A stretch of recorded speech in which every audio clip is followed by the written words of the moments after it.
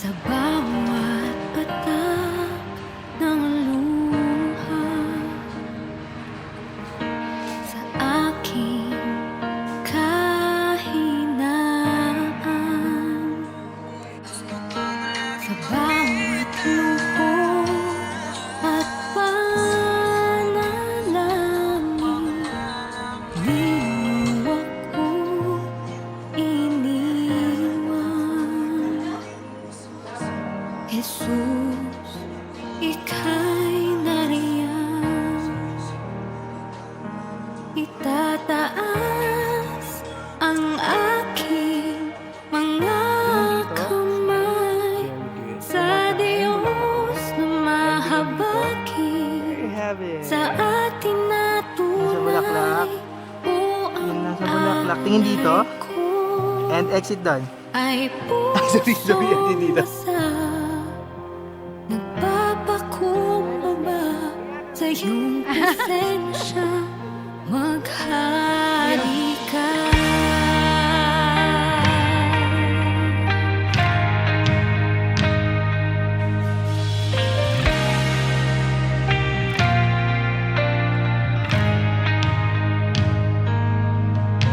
Sa bawat tanong ng buhay,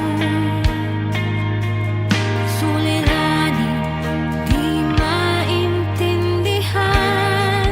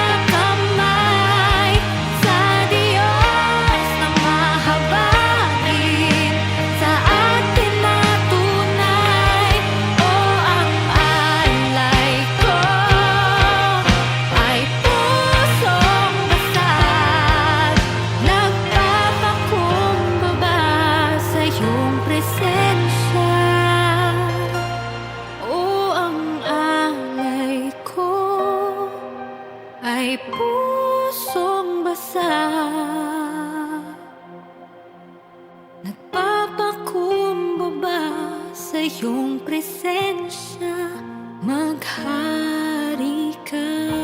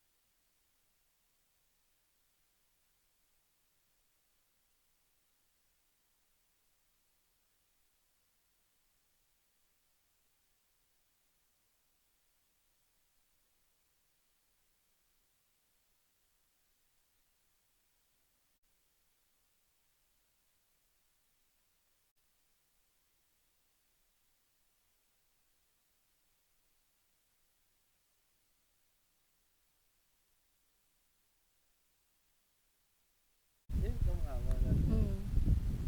Yan, tawag yung palitan. Ano? Tatlo. Ma'am, may mga questions na kami. Okay po. Anong nararamdaman mo? Nakabahan. Excited. Masaya. Ma'am, kwento mo naman sa amin, share mo sa amin, kung paano nakakampay ka. Wala baka magkaiba kami yung sagot. De, joke lang. Hindi, ano po kami, schoolmate kami nung high school. Eh, dun po. Tapos, kwento mo, yung una mo siyang nakita. Ito mo, first impression. Ano pa lang kasi kami nun high school, so una ko siya nakita. Transfer siya. Ano ba yun? Nakakatawa naman to. Di cute, pogi. Tapos tahimik lang, feeling ko suplado. Tapos yun. Crush mo na siya, no? Sakto lang, char. Okay. Ma'am, kwento mo naman kung paano kanya niligawan. Ano ba? Wala, magkaibigan kasi kami. Tapos, ayun lang, sinabi niya na may gusto siya sa akin. And then, ayun, sige. Tapos, ma'am, tawag dito, ano yung mga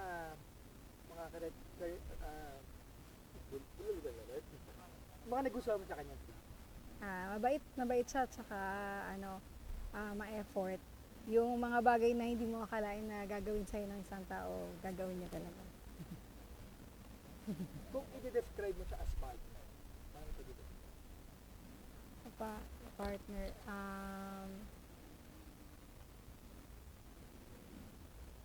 the best. Yun siguro, the best siguro. Wala naman akong mahihiling pa. wala akong maisip na isang word na makakapag-describe talaga ng pinaka-eksakto. Pero siya na yung the best talaga, yung sapat. Ilang years na kayo together? 13 years? Sa Mm. loob ng 13 years na yun, what made you decide na this is the time na nakakasama? Mm. Actually, naisip ko na siya talaga yung gusto kong makasamang buhay. Simula ng time na na-imagine ko na yung sarili ko na bumuo ng pamilya kasama siya. Ayun. So, matagal ko nang gusto. Hinaantay ko lang siya. Ayun. Ano pangalan niyo, sir? Nathaniel. Sir Nathan. Mm. Gano'n mo kamahal si sir? Sobra. Pwedeng umiyak ka. Ay, ako umiyak! Kung sila makeup ko, pinipigil ako nga eh. Gano'n mo siya kamahal?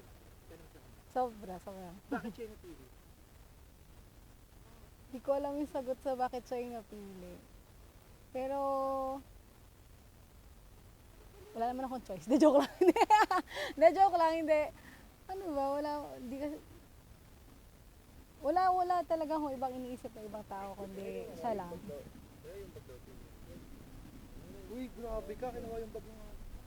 Ma'am, eto. Sabi kasi ni sir, yung pinaka nagustuhan niya sa'yo, it's super innocent. Mm, Kung ikaw naman sa kanya, yung pinaka yung pagiging, ano niya, ang tawag ko dito? Sincere niya. bakit? Kung paano ka? Siya kasi kung hindi mo siya kilala, mukha siyang parang suplado or parang hindi siya, ay sorry malalaglag. Mukha, ayan. So mukha siyang, parang, basta hindi siya.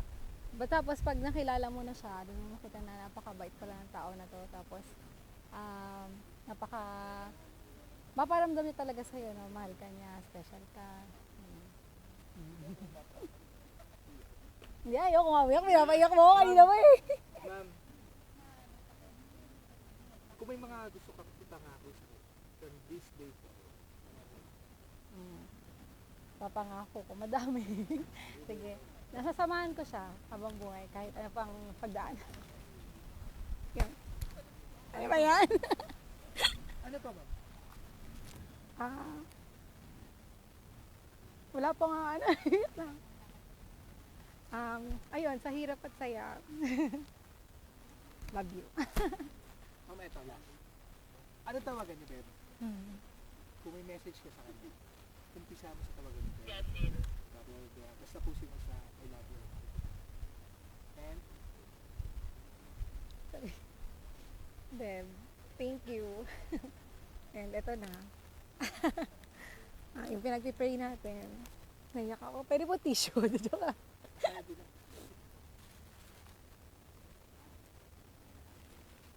And salamat. Salamat sa Lord. Sa pagkakataon na ito na binigay niya sa atin. So, enjoy natin yung araw to. Maging masaya tayo ngayon habang buhay. Love you. Diba? Yan po.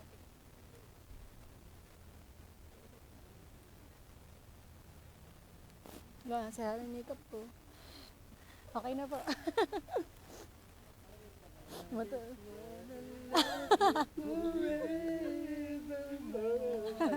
Sorry.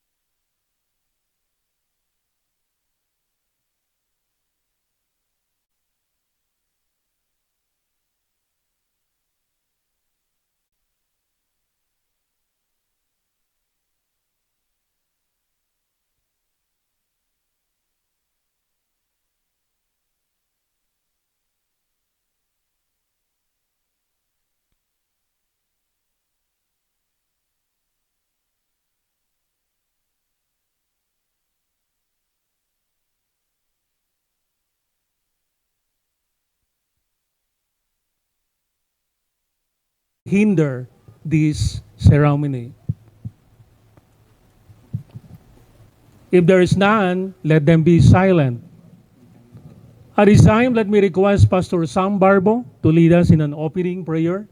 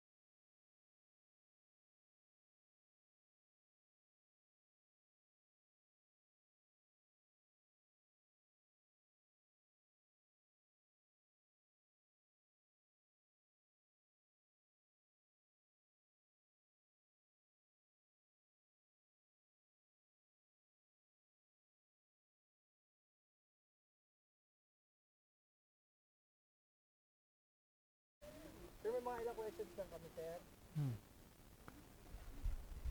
Sir, first question, sir. Share mo naman sa amin kung paano sa kasakay nagkakilala. Ayun, nagkakilala kami nung high school pa lang kami dun sa classroom. No, nakita ko siya na dun siya sa labas, tapos parang sakto yung araw. So para siya nagniningning nung nakita ko siya. Ayun.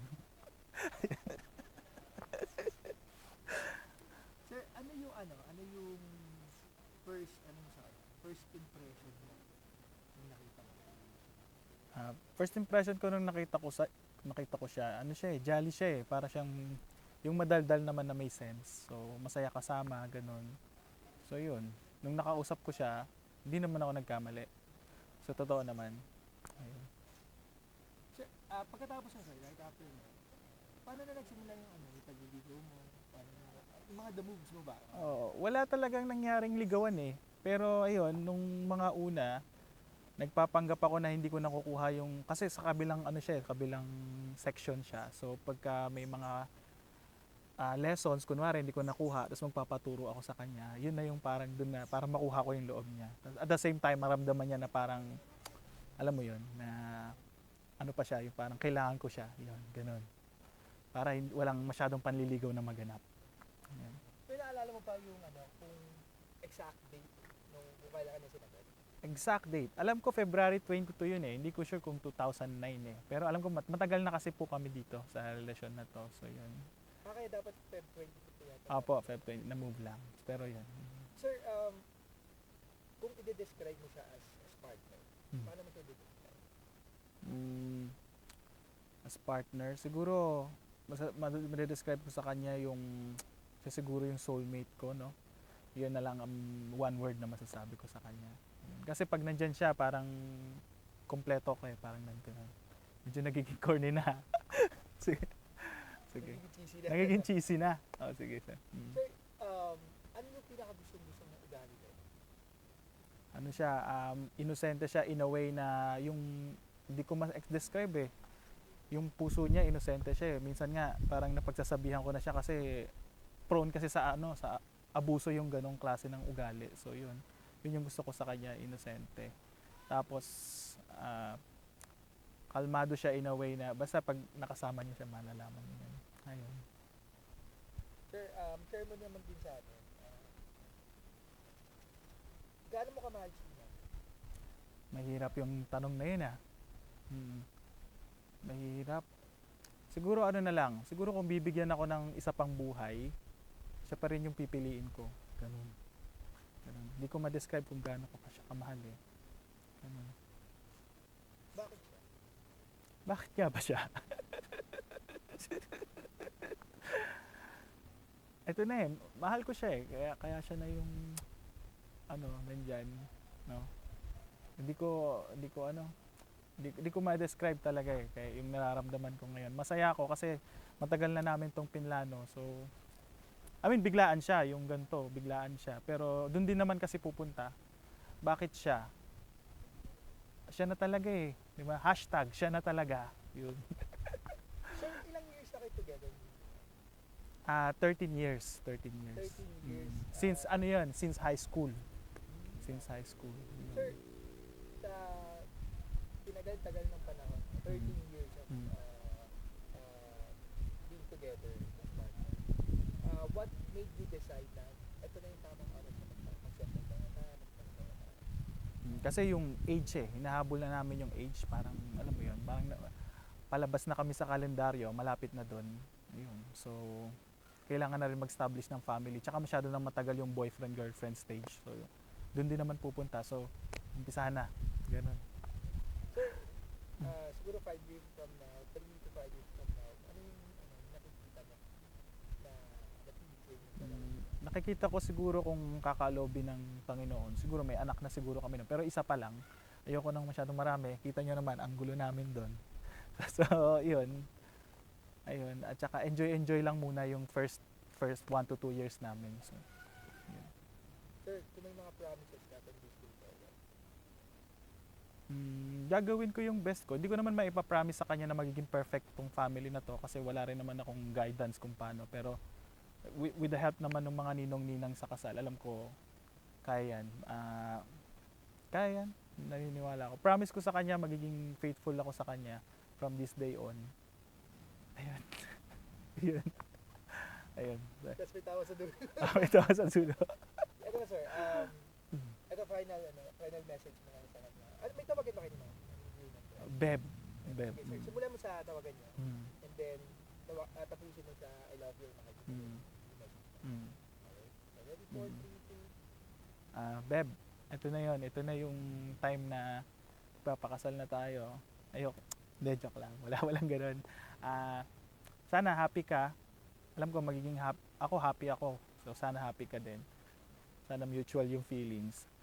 Ayun, hindi ko alam yung sasabihin ko eh. Ginulat ako eh. Pero ayun, I hope na maging maayos yung establish nating family, yung papalakihin nating anak kung magkakaroon tayo. Tapos yun lang, maging masaya tayong dalawa. Yun lang, Peb. So yun, I love you. See you mamaya. Sige. Sir, last question. Ano yung tingin mong mararamdaman mo mama pag nakita mo sa kayo? Hindi ko masabi eh. Hindi ko siya nakita since morning o since yesterday night, last night. So hindi ko siya nakita. Siguro, hindi ko alam. Depende sa makeup. Sinabihan ko naman na eh, paano yung magiging itsura niya sa makeup. Ayoko nang masyadong So yun, tingnan natin. Tingnan natin kung sinong iiyak. Ako, may panyo na ako dito. Yun lang. Okay. Sir, ano lang eh. God, Brother Nathaniel and Sister Shalom, the separate stream of your life is now blending into one body. You have looked forward into this day when you could pledge your love to each other in the presence of these witnesses and this company. Your time will be devoted to each other. Your barcadas will no longer be part of your priority, but you as husband and wife. Brother Nathaniel, live joyfully with the wife whom thou lovest all the days of thy vanity, for that is thy portion in this life, and in thy labor which thou takest under the sun. The Bible says that in Ecclesiastes chapter 9, verse 9. From here on, you will now fulfill the pledges and aspirations you made when you courted her, and that you will both cherish your love while you are living. Brother Nathaniel, I am sure you understand that today you are to be the head of your new home. However, I am sure that you realize that marriage is not a master-slavery relationship. It is a relationship of mutual benefit and responsibility of great magnitude because it was planned by God and bound together by His very character. So in reality, Brother Nathaniel, you are to become the protector and stabilizer of your wife, both in the body and in the soul. This in turn responds to your strength, your stability, and your protection. As you prosper, she prospers. However, there will be sorrows in life. You will have disappointments, arguments, debate, and the heartaches that result from it. How you will manage this will determine the stability of your marriage. But remember to season your union with the promises and precepts of God, for this is your real source of strength and wisdom. Also, Brother Nathaniel, Sister Shalom's life is yours. She is an helpmeet for you, which means she is the very one whom God had given to minister to you